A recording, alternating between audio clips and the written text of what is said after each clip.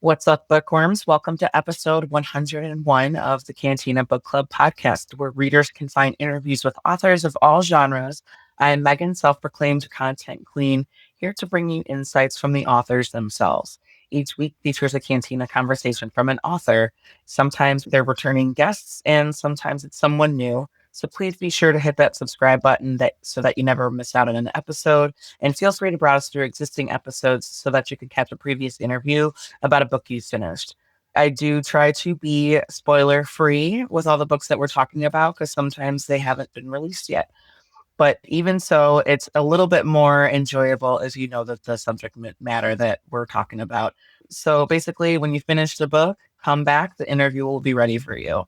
Just a heads up that I often use adult language to express my feelings towards these authors and their work, whether the characters need to get their shit together or I'm encouraging a badass FMC to just say fuck it all and burn it all to the ground. Just please be mindful about around listening ears. If any of you are looking for more bookish podcasts to check out and add more to your reading list, please do go on Instagram and search for Book Podcast Connection. It's a group of over 100 bookish podcasts, a lot of fun people to talk to about your favorite books. And just depending on what you're looking for, there's something for you there. I definitely encourage you guys to check it out. So today's episode features a chat with Kelli Estes. We're talking about her book, Smoke on the Wind. That book is available now. Such a fun chat with Kelli. I didn't know what to expect. But Smoke on the Wind is a dual POV, dual timeline. It's got a little bit of a fantastical element to it, but it follows two different women, mothers of sons who are in different journeys of their lives. And just the book hit me harder than I expected. I didn't see it coming. And it was really cool to talk to Kelli and hear her obsession with Scotland and the fun experiences and research she did for this book. And I had to let her know my feelings for making me feel the feelings that I did while finishing her book. But I'll let you guys get to it. Here is Kelli Estes. So today we've got Kelli Estes. We're talking about Smoke on the Wind. That book is available now. Kelli, thank you so much for joining me today. Like I mentioned before, I finished it. I was so emotional. I was not expecting it and have a bone to pick with you because I was like swearing at you in my head because I was like, what the hell? I was just not prepared to just tear up multiple times. It was such a powerful story and I just so magical in a sense. I'm excited to dig a little bit deeper today. Awesome. Thank you so much for having me here. And I will apologize for making you cry, but secretly, I kind of love it. Yeah, sorry, not sorry. Yeah. Sorry, not sorry. It's yes, that the emotional impact was there for this reader at least. So yeah, so to get started, would you please share a summary of the book so that people can follow along with the conversation? Sure, yes. Smoke on the Wind is a dual timeline novel, which is what I tend to write, which means it's two time periods, present day and historical. It's about two women walking the same path in Scotland in two separate times, both carrying the weight of trauma and fear of her future. And in present day, we have Kiaka Denny. She is an American who is walking the West Highland Way long distance trail with her son Colin the week before she leaves Colin at the University of Glasgow. And then her plan is to fly home alone to the States, and that just terrifies her. The historical storyline, it takes place in 1801, and that is with Soraka Chisholm and her son Anuis. And they are victims of the Highland clearances, which we can get into more on what that means, but they were brutally evicted from their home and they're forced to walk on what in present day is the West Highland Way, but they're walking this path to the city to find work and figure out what their future is. But they are also evading a murder accusation because someone died in their home while they were being evicted. And so the women have this mysterious connection between them that kind of helps each of them in a way. In most of my dual timelines that I've written in the past, the historical story is static and it's the present day story that is influenced by what they learn about the history. But this one I did something a little different, and there's a little bit of time blending, I guess you could say. It's not time travel, but there's the historical gets influenced a little bit by the present day even, and the question of time linear is just something fun that I wanted to play around with in this one. Yeah. So, and I'm guessing you haven't really done that before in any of your works. Even though you said you played around with dual timeline, but you haven't necessarily explored meshing them or somehow, some way. Yeah, yeah, I have Smoke on the Wind is my third published novel. So my first two, the historical characters didn't know that the present day existed because they're not even born yet, but their story happens. And then in the present day, the character learns about what happened in history and is somehow changed by that knowledge and how their own family might have been involved with that history and such. Where this one took a little different approach. Yeah. Yeah, you played around with it a little bit. Yeah, I enjoyed that aspect, and of course we'll try to be spoiler free for the most part within reason. One thing I always like to ask is like about the research, and so we can get into the historical context of what you were doing and how you approach the research, most fascinating things to learn and stuff like that. Yeah, so history is where all books start for me, like the research of the history. And so, like it the story ideas come to me very slowly, and I find them through learning about the history. And so I tend to just pick up a book, nonfiction research book, and just start diving down those rabbit holes. And when I get to the end notes or the footnotes of that research book, I find another research book to pick up. And I find that. And I read a lot about the Highland clearances, about Highland mythology and the Scottish music and Scottish cuisine and Scottish farm tools, even and clothing, like everything. And it just started, these characters started forming in my mind the more I got to know about the world that they lived in. And yeah, so I tend to be a plotter. And so I will do the research and I will make a detailed outline of the entire book before I even start writing it. And which I know is a lot different. Like when I hear other authors talk about how they can just sit down and start writing, I am so jealous because I really wish I could do that because I don't know, just the fun adventure of discovering it as you go sounds exciting to me. But I think because I tend to write such history based stories, I feel like I really need a firm grasp on what the actual history is so that I can create freely within that world. But yeah, so I write to an outline, but I do give myself permission to veer from that. And it always happens Mm, this is a tangent, but I always get to like page 100 of a 400-page book. And it's like I need to stop and reread from the beginning and rework my plot. And because I think it's because I get to know the characters a little better by then. So I guess I'm doing a little bit of the pantsing, but mostly plotting. From yeah. yeah, because they speak to you almost too. Like your characters insist on things happening a certain way, and you're like, oh, okay, fine. Exactly. Yeah. I plan We're gonna do this. yeah, Yeah. I plan on you doing this other thing, but nope, you're telling me that's not gonna how it's gonna happen. So I have to change course and it's fun. Yeah. Yeah, but I could imagine because it's you're going on the little adventure with them, and I liked it was funny because when you have the map and you have there's like the visual of all these the trail, the path that they followed, defining okay this is where they because it's not Sorsha. What did you pronounce it? It was like Sorchika or You can call her whatever you want. Yes, American readers would probably call her Sorcha or Sorka. Like okay the Scottish pronunciation, like my audiobook, if you can listen to it on audio, oh my goodness, she's a native Gaelic speaker. It comes across oh more of perfect like Sorka, like that R gets rolled. okay Sorka. Yeah, mm, Sorka. okay okay But yeah, okay you yeah can call I her got it Sorka. I got it. Yeah.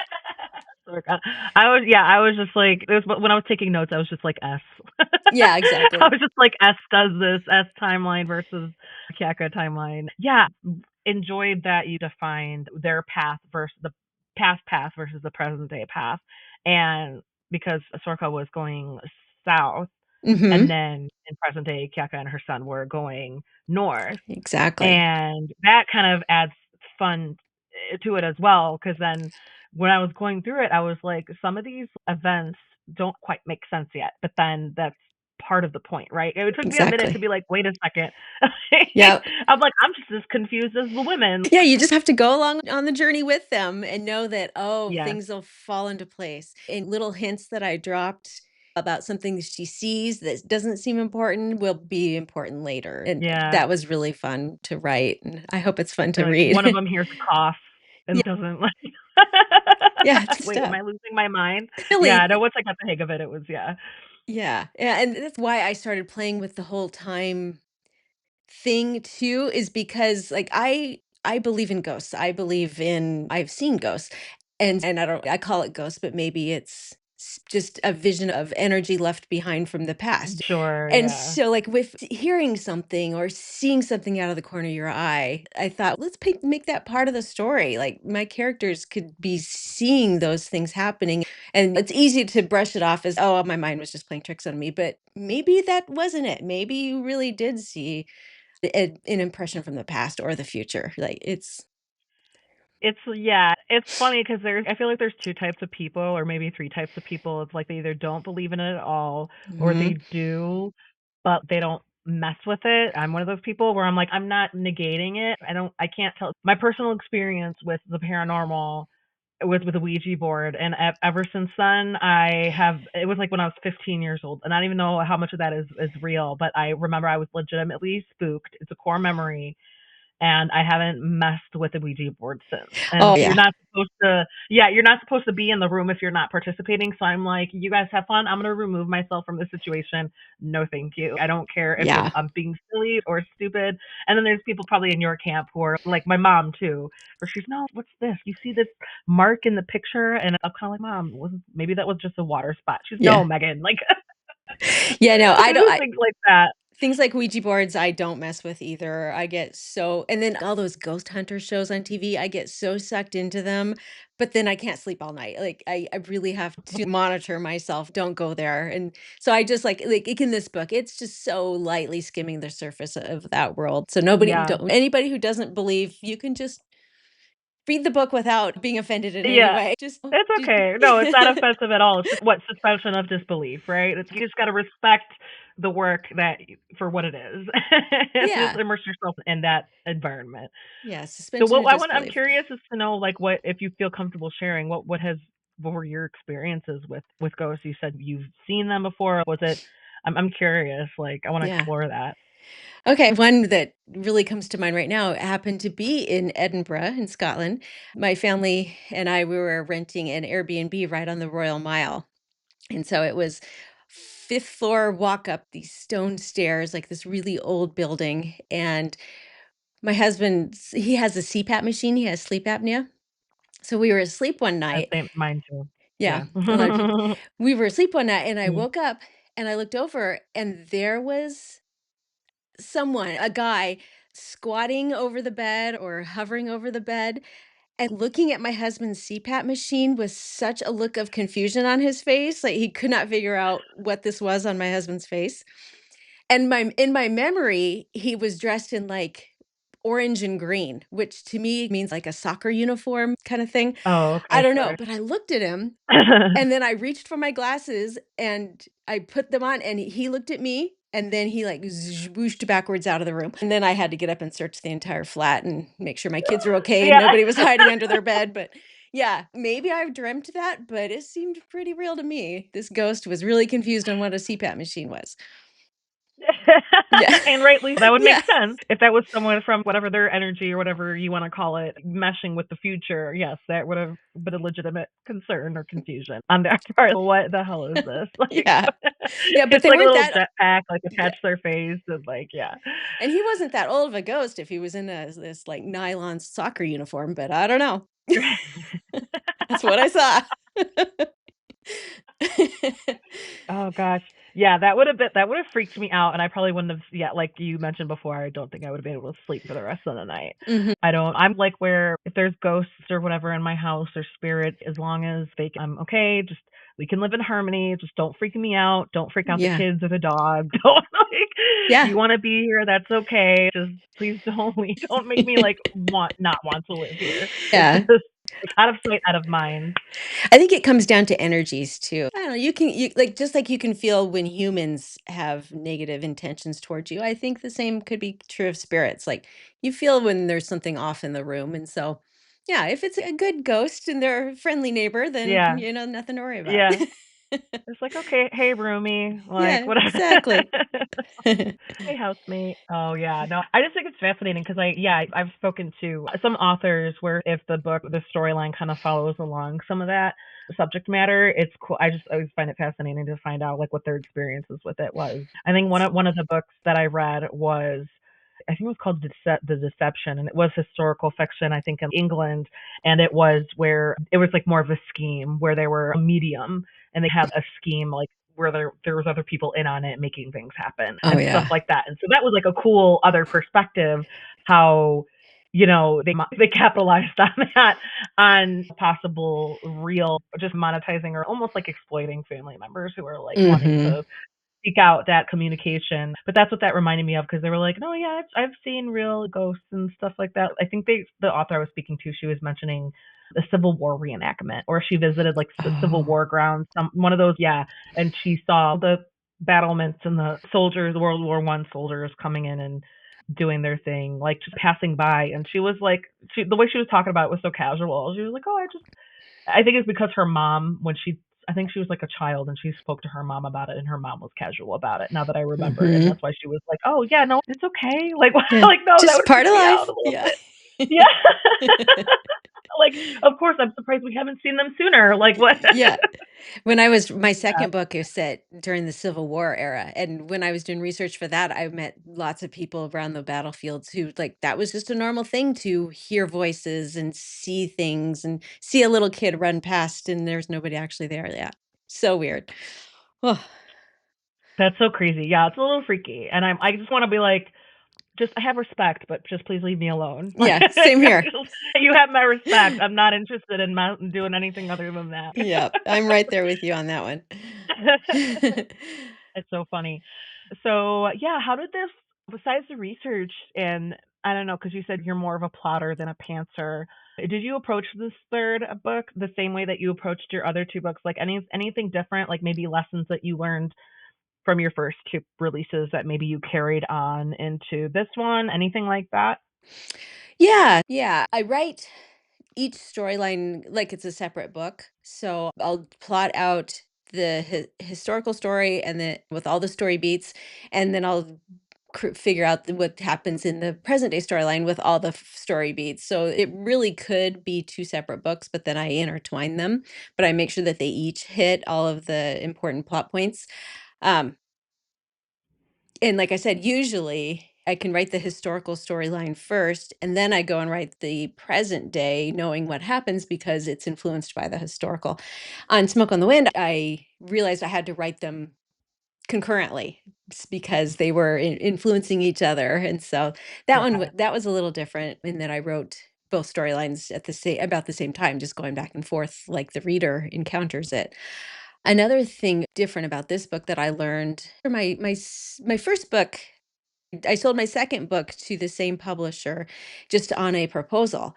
And so I had to write that to a deadline. And I found that I really didn't like that too much. I like to be able to take whatever time necessary to write a story, even if that's years, because that's just, I feel like that I can just get deeper into the story and pull out the nuances of the character and the themes and if I can just allow myself to let it take as long as it needs to take. And so on Smoke on the Wind, when I started that one, I didn't tell my agent about what I was writing. I didn't tell my editor. I sat down and started writing. And it Hmm. took a long time. I'm glad for it. It actually took about 5 or 6 years from beginning to end until publishing, which is a really long time considering I was most. gonna say, is it the longest compared to your other two? It's hard to quantify, definitely longer than the second book. It's hard to quantify for the first book for The Girl Who Wrote in Silk because I wasn't published, and so I just it took years, and I don't really know when I started that book. So that one, maybe about the same amount of time for that. Sure. Yeah, I keep saying I need to figure out how to get faster writing, but at the same time, Maybe not. Maybe this is just my process.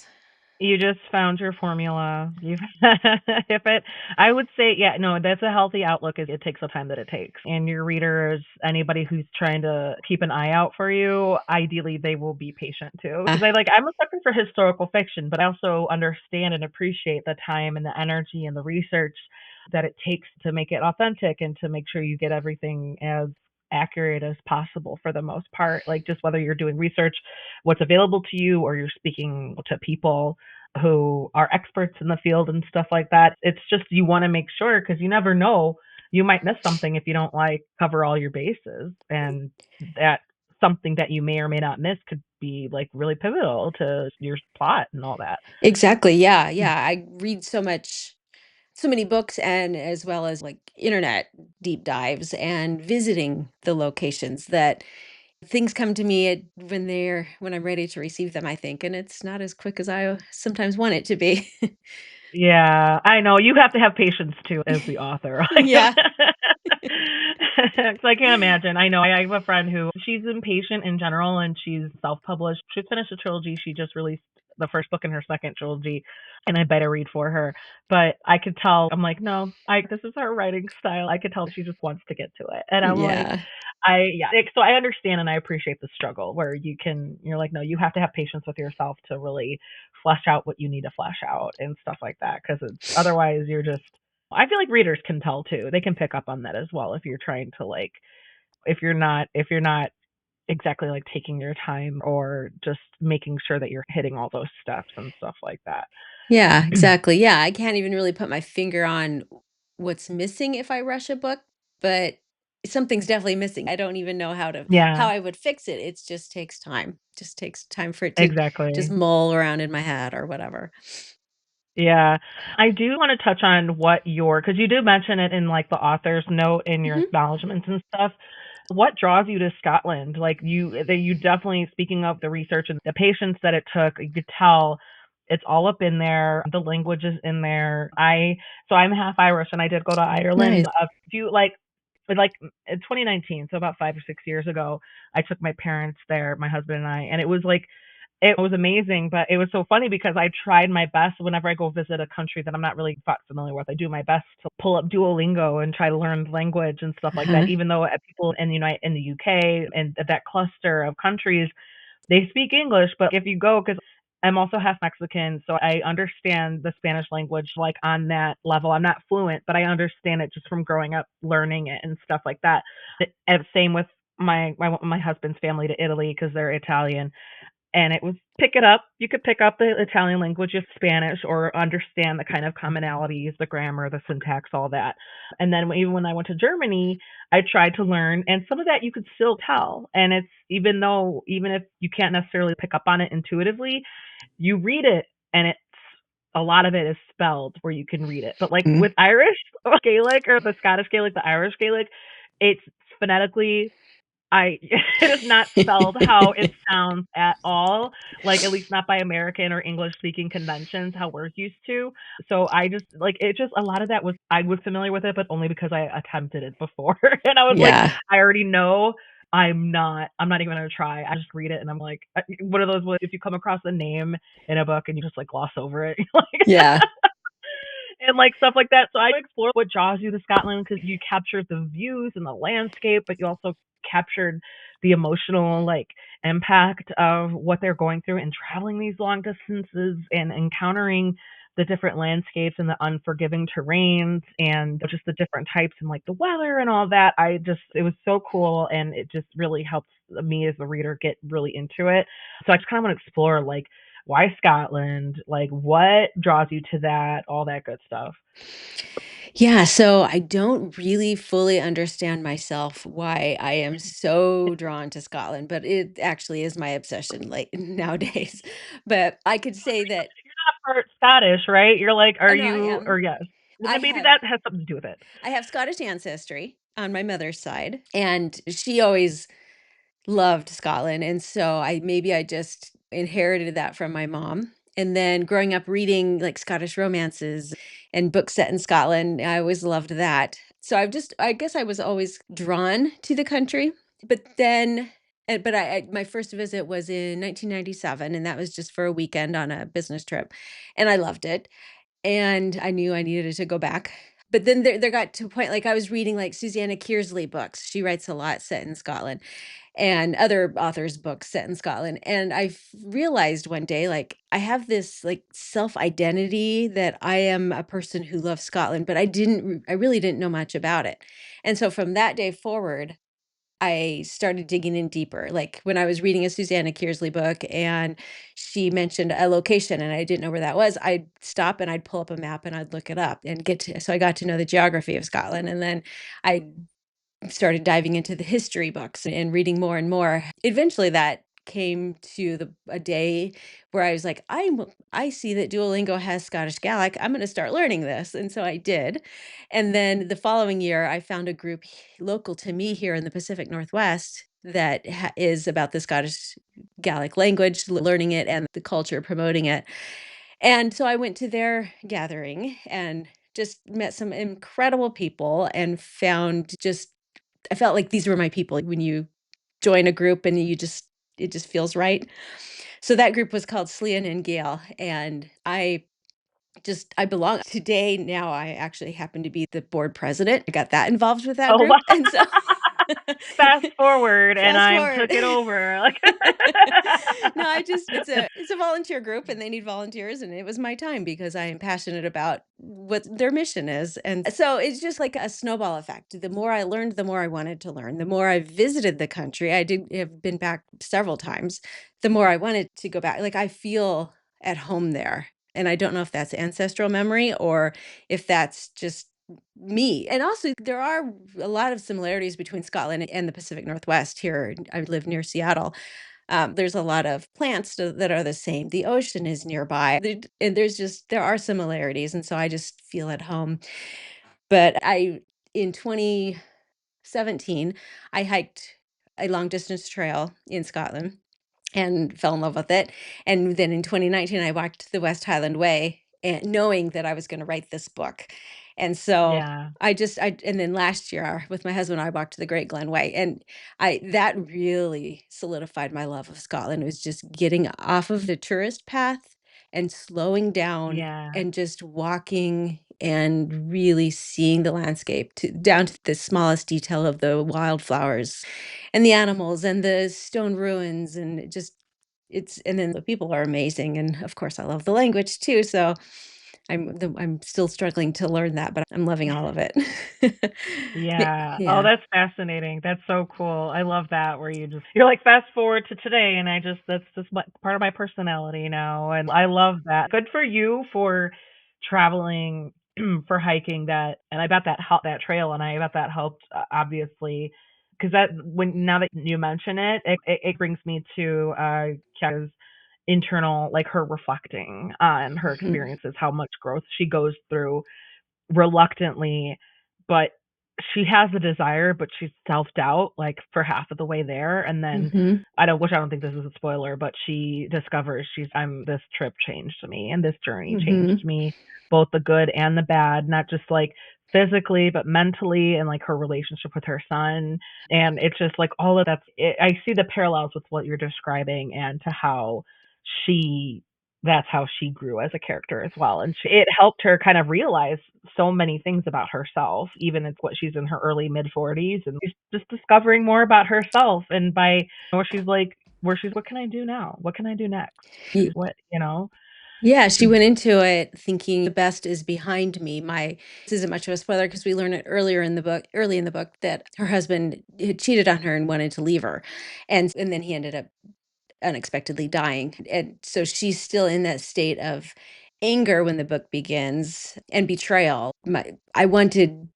I loved being a mom. I loved being a wife, and that it was taken away from me by my husband. And now my son's leaving, which is what I want for him to live his own life. But at the same time, I'm going home to an empty house all on my own. And she really resented that. But then, yeah, so she grows through the journey. Yeah, it's, It's I connected with her that way because it's just I think a lot of women can connect with that because it's yeah, like she loves that role. She loves those roles and right. she thought that would be who she was and her life Mm-hmm. for Mm-hmm. the unforetold future. And when that changed, she didn't have a plan for it, and she had to reevaluate what now. And that's just, I think that's the sentiment that a lot of women readers can relate to. It'll resonate with them because it's, yeah, who am I? Like finding yourself back to who you were before you fell in love and got married, before you had a child or multiple children, like that role. Because when people, like I said before, my kids are like, they're still young and they're both boys, 4 and 7. And it's like me having to reacquaint myself with who was I? Am I still that person? Right. But then when people ask about it, I'm like, you're just leveling up. Yeah. It's, for lack of better words, you're discovering that's a new role. You're discovering a new part of who you are once you do that. It's like otherwise if you didn't, you would still just be like, oh, single woman or dating woman or professional woman, career woman. But then when you get married, you're learning how you are as a wife and Mm-hmm. as an in-law because you're Mm-hmm. marrying the family. And then you discover who you are as a mom and that new Mm-hmm. role. Who are you in that role? That's an added job title essentially. And yeah, I describe to people like who are before, when a couple of my friends had not had kids yet or they were pregnant, and I'm like, honestly, don't, like, you're just leveling up. Like you're just Yeah. leveling up. I'm still learning things. You're going to learn things. And as soon as you learn something, your kid is also going to learn something, and you're going to have to play catch up. And it's like, oh crap, they can walk now. Like now I got to Yeah. figure out how to deal with a walking toddler or a walking infant or whatever. And yeah, I appreciated Kaka's character for that and how that, just because walking that trail is huge. And she was just like, I'm going to do this with my son because Mm-hmm. my husband is not here to do that with him. And she's preparing to let him go, or let him go on his journey in his life. Yeah. And she had an unexpected growth and attachment and perspective change to that. And I appreciated that so much. I just love it. I love character growth in general, but I just, that resonated with me on that level and that aspect for sure. Cool. Thanks. Yeah. Yeah. I feel like as women, we like maybe we're happiest or we reach these goals that we were wanting, being a mom, say, and we're like, I love this. I never want it to end. And then we never decide when that's going to end. It gets decided for us. The kids grow up and they move on with their lives. Or in this case, the empty nest thing. And sometimes we know it's coming, but we pretend it's not coming, and then we're blindsided all of Mm. a sudden. And I think that's what happens to Kiaka. And she didn't want to like Scotland because that's what her husband liked with their son, and she didn't want to like hiking because that was their thing. But we'll do these things as moms for our kids, and sometimes it ends up being a blessing in disguise that we didn't see coming. Yeah, yeah. I do. I feel like yeah. Somebody thinks that you said is yes. This is where, yeah, it's coming. I know it's coming. Like I still Yeah. got a ways to go, but it's gonna happen like that, where they're gonna be moving on, kicking them out of the nest, or reluctantly watching them grow up. And I'm not looking forward to the day when we're not their like focus. So they're Mhm. gonna make more friends, and they're gonna get older, and their brain's going to develop, and their social circle is going to develop, and their interests are going to develop, and they're all of a sudden it's not going to be like, oh, you're my little boy, but they're just like, okay, mom, I want to go play with my friends now. Mhm. I know it's coming. I know it's coming. And it's also funny because I'm just noticing the traits of that they take from both me and my husband too, because I'm just like, there's maybe you could prepare yourself by knowing yourself and knowing your partner, but at the same time you're just like, oh no, like, you're like, it's happening. He's obsessed with this, and I know it's from my husband. Yeah, Exactly. you gotta prepare yourself. You prepare yourself the best you can, or you're mindful of it, but then you don't know like how the emotional impact until it happens, and that's like with so much with both of the women. I was just Mhm. it's like words are hard to come by without being super spoilery, but I just, so many of the moments of these women that had to make choices, really tough choices, or they were at the mercy of their circumstances that they have Mhm. very little control over. Mhm. And it's just like how, and the connection between them is they're both mothers, and they're both traveling this country, and both watching their sons, looking out for their sons, and they're both like milestones slash coming of age moments in both of their sons' lives. And as it got towards the end, I feel like the last 100 pages of any book is just like when it hits you the hardest. But it made me feel so many things, especially as a mom of two boys. And I was just like, no, I was just like, I felt it. Yeah. And I didn't like it. I didn't like it because I know I could relate to it and I can imagine it Hmm. and it can resonate. So I'm like, I'm just sitting there like finishing the book and I was like, what the fuck, Kelly? Like the wearing at you. I was like, okay, I'm gonna have a bone to pick with her later today. But yeah, it hits you. But it's all that's how you connect with your readers. Is when you're developing these stories for these characters and their growth and the journeys that they have to go through. And again, bringing that role of mother or Hmm. bringing that role of widow, bringing that role of traveler or whatever into all of that. It is just, yeah, the emotional impact was there, but it definitely helps to connect with the reader, but also help me like reflect on it. And I would be a horrible character because I'm like, what are you doing? Just be honest with your son. Yeah. I'm like, just tell him. But I'm like, no, because then there wouldn't be as much tension. There wouldn't be as much. That would be a plot point that just wouldn't happen if they were just honest from the get go. Like they're trying to protect their children when I'm frustrated. But then I'm like, no, I've never been in that position, so I don't. I don't know what it's like to run away from a false accusation of Yeah. murder, and like I don't Yeah. know, I don't know what that's like. So I don't know how I would act. I might do something similar.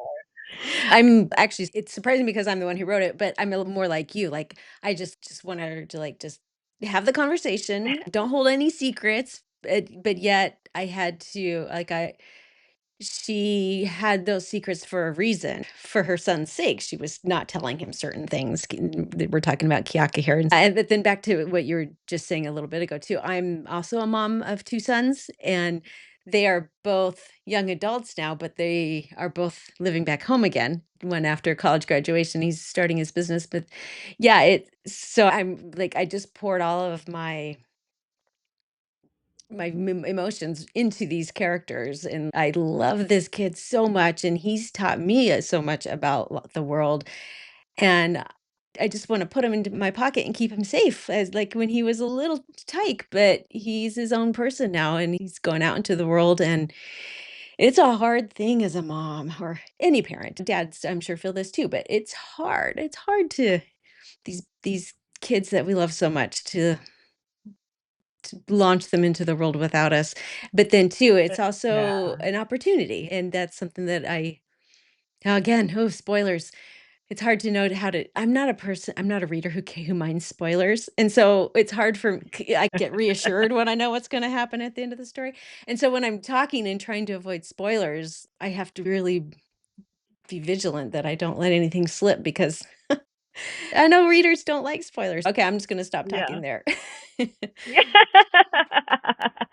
Yeah, it's yeah, because the spoilery parts are, yeah, they have, I would arguably, more of an emotional impact than the non-spoilery bits. And you raise the stakes when with things that it's, yeah, you want the spoilers of the reason that you try to hold back on them is because there's like big moments.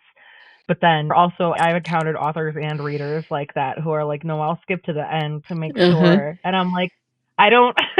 It just reminds me of the whole, like, with Sarah J. Maas, her whole, like, Maas verse. And I'm like, I see so much character art, or even like other books, I'll see so much character art. And then I'm like, when I finally hop on the train and read the books, and I'm like, I know that this couple is not end game, so I have no investment. And so that's Oh, really the only point where I'm like, that, I feel like it robs me a little bit if I true. already know which couple is end game, stuff like that, Mhm. where I know how it's kind of, that's when it takes away a little bit from the emotions of it. And but then it's kind of like I got my husband reading Throne of Glass right now, so now I'm like, okay, like what part are you at? But he's not on like Instagram or Bookstagram or anything like that, so I can read vicariously through Mm. him and get his reactions and stuff like that Yeah, as that's they come fun. in. Yeah, it is fun. When I asked my friend, I was like, okay, what do I start with? And then she told me, but then I've had already seen so much character art where I was like, I'm not invested in this relationship because I already know. I don't know what's going to happen to them, but I already know he's not going to end up with her. So I'm like, it's just maybe there's other details where I'm like, oh, so that's how it ends. Oh, shit. Which can also still be fun. But yeah, that's an example of like why I'm like, I could see why people don't like spoilers, but I can also see how some people, like some readers need that. It's okay. I get Yeah, it. we need the variance. Yeah.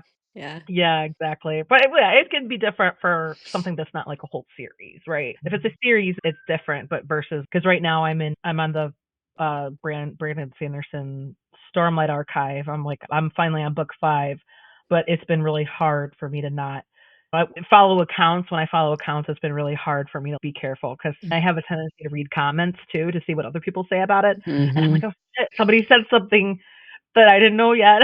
So Yeah, it's a slippery slope. It's a slippery slope for it sure. is. Yeah. It's funny. It's just like the kind of it's like the reader bonding. Let's just go either one of the readers, hardcore readers. It's like one of our agreed upon unspoken frustrations or controversial opinions or whatever. It's fun stuff like that where it's oh I spoiled myself or oh I did this or oh I'm gonna record my husband's response and reaction to this event. What chapter are you on? Okay. I'm like waiting for it. I'm waiting for it, but then he's on what? Okay. That's mostly with the romance parts of it, where some scenes where women are just like, oh my God, yes. Yeah. And then the husband's like, yeah, okay. So, like, And you're like, man, I was waiting for your reaction. Yeah. That's yeah, disappointing. yeah, Yeah. whatever. Yeah. He's like, what? Yeah, okay, so what? It's like, okay, you're no fun. You're no fun. You're supposed to make this more enjoyable for me. So speaking of, a little segue into that. So what were the most challenging parts to write? What were the most enjoyable parts to write? Okay. Most challenging.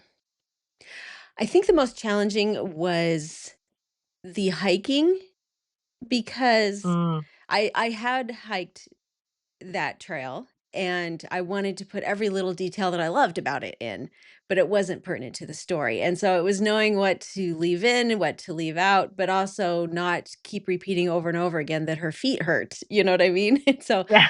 that actually was probably the most difficult and just making it realistic and interesting. But yeah, keeping the story moving forward. The most enjoyable was the times when the 2 timelines bumped up against each other.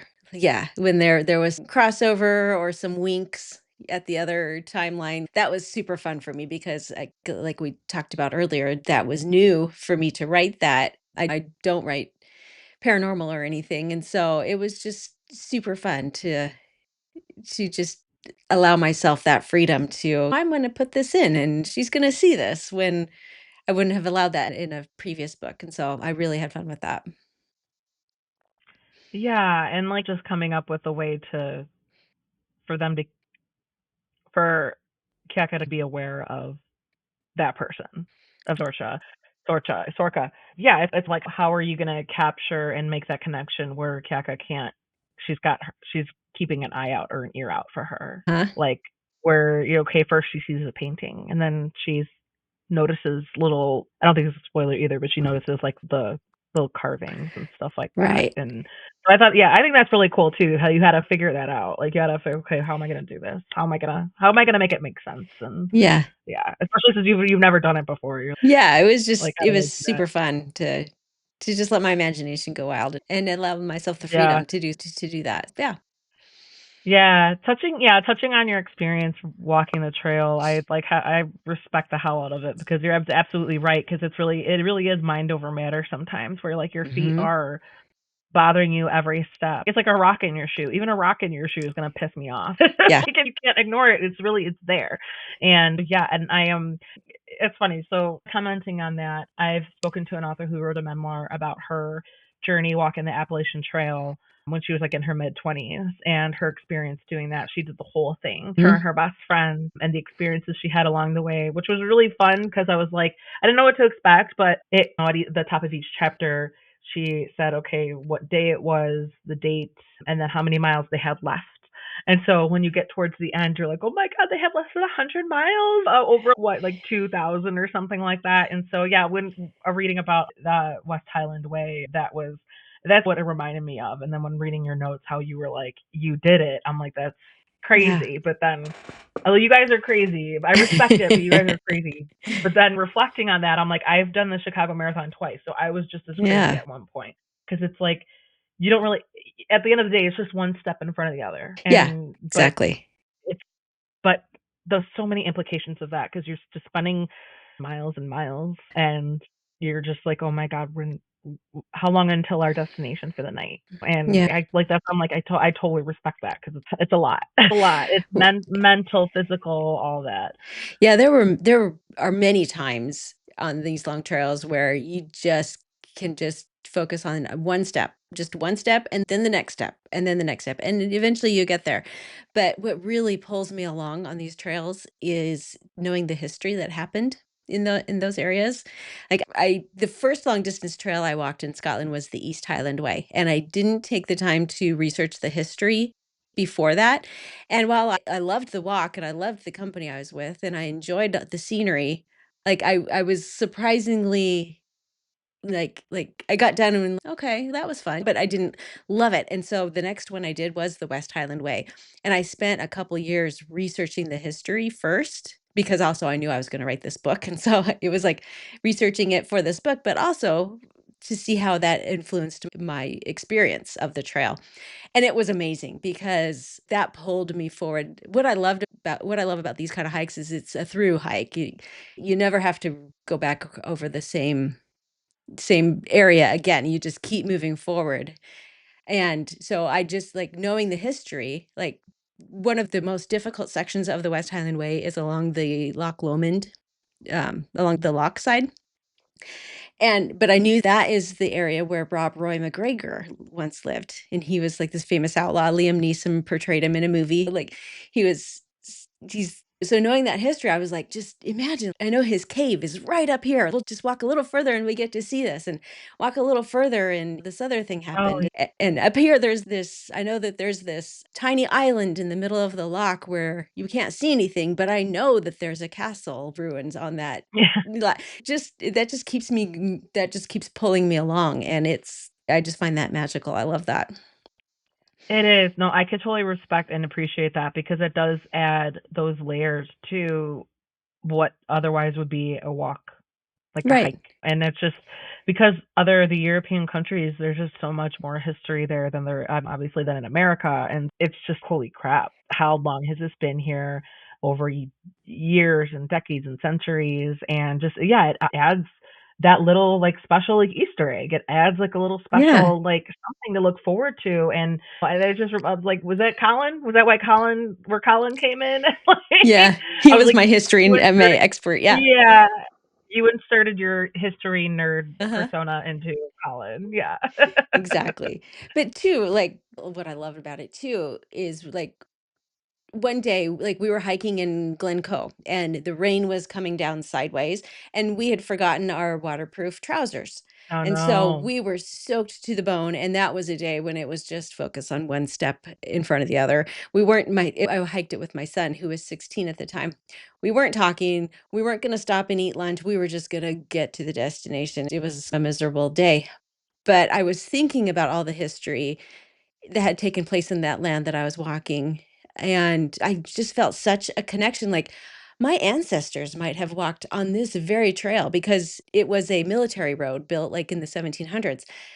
They might have walked this very trail. And then think about all the people who have walked the West Highland Way and who are still to come to walk the West Highland Way. And Yeah. I had this moment of I am connected to all of these people throughout time. And that's pretty magical.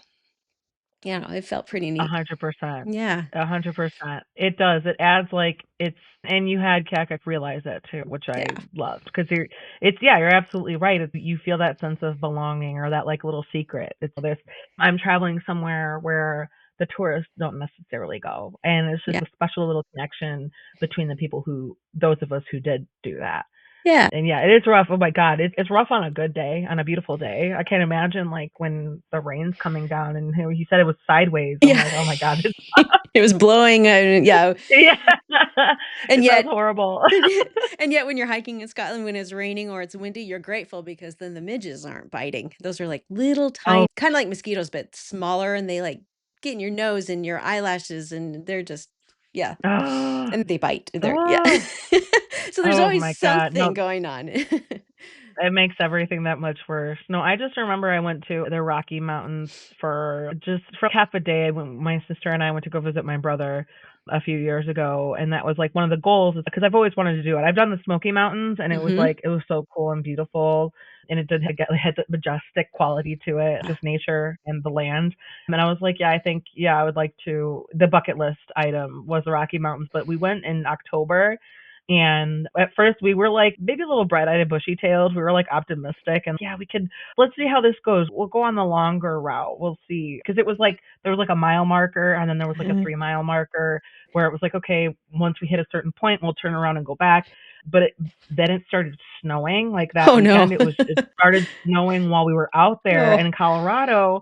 And it was just like it ended up by the end of that day, I think there was like 6 to 8 inches or something like Oh that. my goodness. And yeah, and being from the Chicago area, so it's like we get our fair amount of almost all types of weather. So it wasn't anything I was balking at, but it was just like, oh, like we're walking on foot in mountains. But like Hmm. you reach out, you're like, this is a mountain. Like you're Hmm. walking alongside the mountain, and it was still added to the beauty because you're looking around and it's just pine trees like snow capped, and it adds to the beauty Yeah. and the serenity because the snow absorbs the sound. But I just remember we were really optimistic, but it took us forever to reach the shortest like loop around. We are Hmm. like, I think we're done. We could turn around and go back Yeah. because we were just like, oh, we've got the experience. We're good. I'm good. Otherwise, it's gonna take like twice as long, and then we still have to like loop back around and come back to the car. And yeah, Yeah. so it was one of those. Yeah. With snow involved too, it could turn dangerous fast. And yeah, Oh yeah, you got to yeah. be Oh prepared when you're yeah. out there doing these things. I know. Yeah, because I don't have hiking shoes, but I brought my workout shoes, like my running shoes, like my boot. Like I brought shoes that I have some traction Hmm. on them, but I wasn't prepared for all the snow. And I think even my sister slipped at one point. She was okay, but she slipped, Hmm. and but she's 10 years older than me, so I was like, "Oh, are you okay?" And then because I made the mistake of wearing workout pants instead of like jeans. Even though I wore leggings underneath my pants, it was still like I had clumps of ice and snow Oh, that took forever to melt. So it was almost like little ankle weights. oh, Like, wow. and Yeah. then when we stopped by a restaurant to eat and recuperate before we hit the road again, I felt so awkward because everywhere I walked, you could see it. Like you could see my little clumps on the bottom of my pants, and I even tried to hold my pants underneath like the hand dryer in the bathroom, and it just did not. No, okay, well, No. sorry, just my brother, it's like you're gonna have a soaked back seat for a hot second. Like Uh-huh. he didn't really get bothered, but yeah, just stuff like that, just like the physical, just humans enjoying what the earth, like the natural earth has to offer, and Hmm. just it reminds me of oh, there's places like that all over the world. And Hmm. your character Clara, I think it was, who she like knew all these different trails and she's Yeah. done all these different things before. I'm like, man, I was like, that's so cool because there are people out there who that's their destination. That's what they go Yeah. travel to do, to just go to these either different trails or these different hikes and these Hmm. different landmarks where there's physical activity involved. Involved. Yeah. Like it's not really vacation. You're going there to explore something that you want to do. Yeah. I've really fallen in love with that kind of travel. It's slow and more detail, and you get to talking to more people from all over the world. And yeah, Hmm? it's magical. If I encourage anyone to try it. There's all kinds of trails out there in the world to get onto. Yeah. There is, yeah, it does appeal to me in a certain sense. Because when I travel, I don't go. That's not something I ever thought to do. But now I'm like, I think it would be cool to go make a trip out of doing something like that because that is Yeah. like unique. And when I went to Hawaii, my husband has celebrated our 10-year anniversary, and one of the things he really wanted to do was do Diamond Head, like Mhm. hike a crater. And it was even like one of the more basic trails and hikes, but it was pretty demanding. And Yeah. I feel I'm not in as good of shape as I was before years ago. I feel like I'm still, for the most part, I can stick it out. But it was really funny to be like, I was like, okay, that was our exercise for the week. And then also, it was funny to like overhear other people like who were doing the same thing. I think I like passed by this woman, this middle-aged woman and we're like, it was like the last stretch where there's an option where you can either do the more natural way or you could do the stairs where it's like you Mhm. get there quicker, but it's like really steep because it's just steps all the way up. And I just remember overhearing a woman, she stopped and she looked up, she's, oh, what the fuck? Like Yeah. she And you're like, "My thoughts exactly." Yep. Yep. Yep. I'm right there with you, girl. Come on. We're almost there. Yep. Yeah, it's no, that exactly how the sentiment that you have just with the conversation and in the book too. It's like it's connecting with people. Hmm. And also it's like that sharing those sentiments and sharing that experience and those experiences with other people from who knows where, like around the Yeah. world, and you guys are all experiencing the same thing at the same time for whatever reason. And so Hmm. I thought it was so cool how, because that's obviously part of the experience of doing something like that, where you're going to encounter people, you're going to make connections with people, Hmm. and you might end up hanging out through the rest of the way with them. Or, okay, Yeah. meet up at this point, stuff like that. Yeah, when my son and I hiked the West Highland Way, we got to know this one couple. They were both from, it was two guys from Hong Kong, but they now live in London. And we've followed each other on social media and like we're still connected after all. It's been 6 years since we hiked the West Highland Way, but I feel like we're friends. We've made friends Yeah, around the world based on this shared activity we did and this shared exactly. experience. Yeah. Yeah, it's that little nod. It's, I know we both know, you guys all know what you guys went through together. Yeah. And then it's definitely like that that shared, I don't know, you bond over that stress and that physical activity and those Hmm. similar feelings and emotions, and maybe you're reaching the peak, maybe you're reaching your limit, and but it's then you look and it's like, you, even if you speak to someone who has done it before but you're just meeting them, and you there's already that little click, that little know-how, that little like Exactly. connection. Yeah. Like, oh yeah, I got a little bit more respect to you. A little Yeah. bit more. Which For that sure. reminds me of something else I wanted to say is there's no right way to have these kinds of adventures. Like Kiaka and actually my son and I, we did the stay in bed and breakfasts and hotels and have a luggage carrier route to the West Highland Way. And there are people like a couple weeks ago, I was talking to another author, I won't say his name, but he had recently walked the Camino de Santiago. And he was a lot of these people have this attitude, you're not doing it right if you're not carrying everything on your back, or you're not doing it right if you make reservations ahead of time. You just have if you end up sleeping on a cardboard box at this fire station, then that's and I'm like, first of all, you're a middle-aged white man. You have that privilege where women wouldn't feel safe doing that, No, um yeah. but there's no right way. If you just you still have that bonding that we were just talking about with the other walkers on these in these experiences, and you can still sleep in a soft bed and get a hot shower and a hot meal every day, and that's what I love about hiking in Europe is you can travel you hike town to town and do this and so it's not like the Pacific Crest Trail or the Appalachian Trail that you're out there for months. Yeah. Yeah, it's but there's Yeah, something where for you're everybody. still. Exactly. No, and that reminds me of, that's where the kind of contrasting between the European hiking trails and the American is, where there's a whole community that they have to rely on. True. Like the author that I spoke to, there she was like, "Oh yeah, we hitchhiked. We know how dangerous it is, but it's so normal out there." Yeah. Where there's towns, there's people who just it's so normal for them, like the locals, to just drive by and be like, "Oh, do you doing the trail? You need a ride? Like you Yeah. need blah blah blah. You need a meal? You need a shower? Here, I know this place or whatever. You need toothpaste, here's the store." There's little things like that, the locals like. And how, and she reiterated to me like the Appalachian Trail would not be as like travelable, I don't know if that's a word, Mhm. but doable, Mhm. if without that community, Yeah. without the people along the, was it from Georgia to Pennsylvania or whatever, like what those Maine, yeah. state, yeah, Yeah. to Maine, yeah, exactly. Uh, Yeah, like there wouldn't be, it just wouldn't be as successful or as doable without the community, for sure. yeah, those trail angels are definitely needed. They're yeah. Yeah. Yeah. And I love that. I love that. I love it. It's like that's what just you're reminded of, just human beings, humans, and kind of restoring faith, and there's understanding there. And I just love it how there's just, oh, say no more. You're doing the trail. I got Yep. you. It's like Yep. like, here, this is my first rodeo. What do you need? But Right. no, I think I'm right there with you. I think if I were ever to do, because we just went camping this weekend. It's been so hot lately, Mhm. and it wasn't even like that far. It was like an hour away from our house, like a campground. But we were able to, they have sites with electricity, so it wasn't like, we weren't glamping, but we weren't totally roughing it. It was like I Mhm. could still charge my phone. We could still play music. We could still like, Nice. our friends could hook up their camper, which is super helpful. But, and luckily it had a lake and a beach with a lake and stuff like that. But I just, I never camped growing up. We never did Mm-hmm. it. I grew up like really close to Chicago. We're more out in the suburbs now, but that was just never that wasn't my parents' thing. But my husband, they were Eagle Scouts. He's an Eagle Mm, Scout. They were Boy Scouts all throughout, so that he has a system. He knows. yeah. He knows. And He's so got it he's down. a camper, and I'm like, exactly. And like he knows what to do. He's go to the dollar store and get pots and pans for camping. I'm like, what?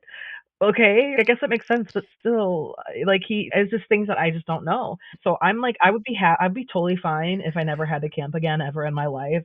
But I'm like, fine, we'll give our kids these experiences and these activities and fine. But Yeah. I don't mind glamping. I don't mind getting a cabin and just enjoying wilderness all weekend as long as Mm-hmm. and I don't mind. I rough it. I rough it with a tent and the air Mm-hmm. mattress. I rough it. It's Mm-hmm. fine. I deal with it. But I'm also like, I do it for other people. I don't do it because I enjoy it. I do it because I'm like, no, it's my family who wants to do it. Yeah. And but so to speak to that, like, I think I could do that. I think I could definitely look forward to hiking and just doing what a 10, 15 miles a day if I knew I had a hot bed or a warm bed and a hot meal, Yeah. somewhere to grab a beer for a good day's work, like something like Exactly. that, where and then just, somewhere to meet up with other people and just Yeah. relax and stuff like that. I would be open to that. Otherwise, I don't know. I don't. I You're a stronger woman than I am, No, bitch. If you're roughing you it. gotta go hiking in Europe then. It's so fun to do that. And like you said, you just end up at a pub at the end of the day and it's fabulous. Yeah, Yeah. yeah. And they all know. They're like, "Oh, how Yep. many miles you do today, or where'd you go?" Where are you going tomorrow? I Okay. love that. Yeah, it's Yep. fun. To be the bartender, to be a Yeah. fly on the wall, in some of those places they meet all Oh, yeah, walks of life, for sure. for sure. Okay, so just a couple more questions because I'm realizing I Yeah. would just suck you in here forever if I wasn't watching myself. Okay, so let's see, Kelli Estes, what is next for you? Are you working on anything that you could talk about? Like I said, my stories come to me very slowly. Nothing has I'm a story's forming in my mind, but nothing that I'm ready to talk about. Yeah. It's okay. It's funny because when I talk to authors, they're like, I'm not announcing it yet. I'm like, I don't want to get you in trouble, so it's Yeah, okay. no. Yeah, for me it's more of I don't like ideas lose their magic if I talk about them too much. So I just keep it to myself. I won't even tell my agent or editor until it's almost a full book. So Yeah. that's just again my strange process. Yeah, I need to keep that magic for myself for a while. Yeah. Yeah. You're just like, "Here, Yeah, time to get it going." pretty much. That's so funny. Hey, don't if that process works for you, don't fix it if it ain't broke. Yeah. If that's your process and you've been successful so far and that's what is comfortable for you, keep doing you do you. Okay, so let's see. Oh God, I'm gonna throw this at you. I'm sorry. What advice do you have for Kiaka? What advice do you have for Sorcha? Oh Or boy. Sorka? I keep saying Sorcha. Sorka. It Okay. totally What advice fine. do you have for I'm she'll respond to anything. There we go. Okay, advice. For Kiaka, I would tell her, depends on the where in the book, but let's say get out of your own way. She needs to just get out of her own way. Stop thinking so hard and just, yeah, let things play out. You'll be fine. You'll be fine in the end. Sortica, I would say, don't lose hope. The things happening to her would make it really easy to lose hope. But hang Yeah, on. Yeah. I could say that to everybody in the world today. Don't lose hope. We're in this together. exactly. It's like, yes, yeah, it's like that understanding or that empathy where what you're going through sucks, what other people are going through sucks, but don't lose hope. Like Mm. just hang in there. That's solid advice. You're absolutely right. That's why I try to I use that advice for like my kids sometimes. I'm like, trust me, I know. I would be upset too. I Yeah. understand. Yeah. But this is not an appropriate way to act. Exactly. Like I try to be like, I get it. I get it. I would be mad too. However, there's a better way to handle this. Yeah. I think that's mostly what it comes down to, even for some adults, man. For some of the behavior I see for grown ass people, I'm just like, dude, just Uh-huh. imagine living your life being so like easily triggered by some things. And I'm like, life is too short and there's too much going on to spend energy like just attacking and hating people. I just don't. That's just something that I won't necessarily get. I just won't. I don't think I'll ever get it. Same here. Yeah. Yeah. Life is too short, worked up in the things that people are getting worked up about. Just let's bring it back to the love and support and hope Yeah. and just everybody's just doing their best. Yeah. Exactly. Exactly. Like, what's that term I've heard a lot of? Touch grass. Just go outside, take a breath, realize that you're one person on this Yeah. earth. Focus on you. Mind your own business. It takes zero energy to like just Hmm. keep your comments to yourself. Like, Yeah. really, I don't. Yeah, I don't. I don't know. And it sucks for people who are at the victims of such vitriol. It's, I don't know. It's rough. Sucks. I'm at that point where I'm just like, if there's some negative anything coming at me, I'm just like, okay, think that's a nice opinion for you to have. I'm like, Yeah. which pisses people off even more. It's just when you're not like responding with equal like energy and emotion. It's just, yeah, you look stupid as hell right now. Yeah. I like that quote that other people's opinion of me is none of my business. I try to remember that. It's It's so it's true. none of my business Yeah, what they it think. Yeah. really is. And it's just, yeah, once you embrace that, you're just like, you find a little bit more peace. Yeah, You're just like, exactly. yeah, 100%.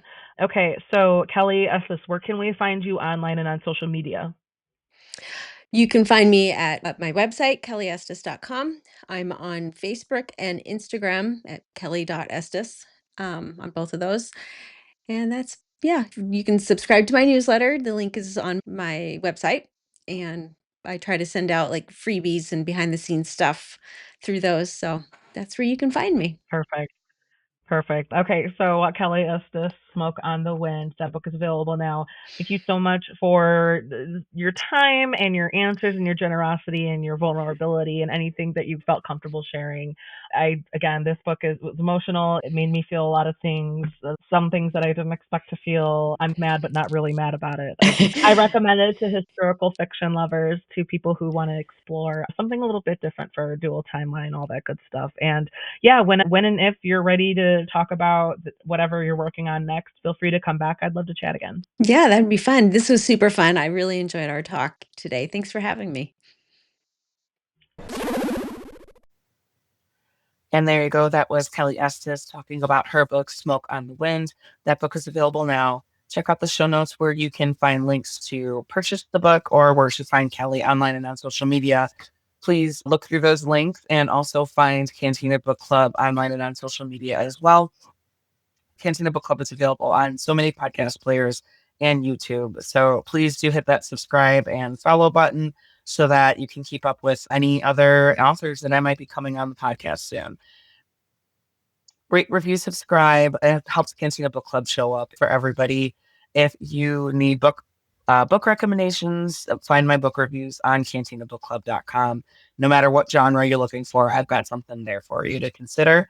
And if you do finish a book and you love it and you love the author's work, one of the best, most helpful ways to support them is to go on Amazon or Goodreads or anywhere that you leave bookish recommendations or keep up or look for reviews and stuff and leave your own rating and review for these authors. It really does help them out more than you guys can ever know.